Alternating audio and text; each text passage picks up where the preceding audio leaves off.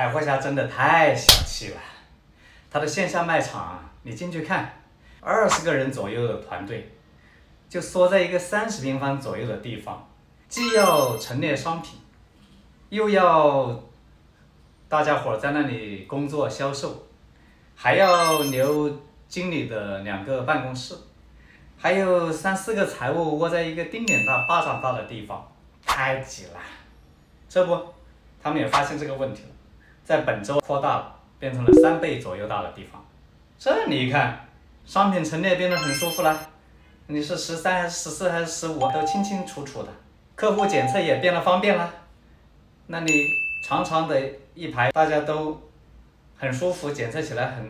不用像以前那样挤在一起。财务也变得很宽敞明亮了，我估计算账都不容易算错了。这个是一个非常好的改善，而且非常的有助于客户的体验和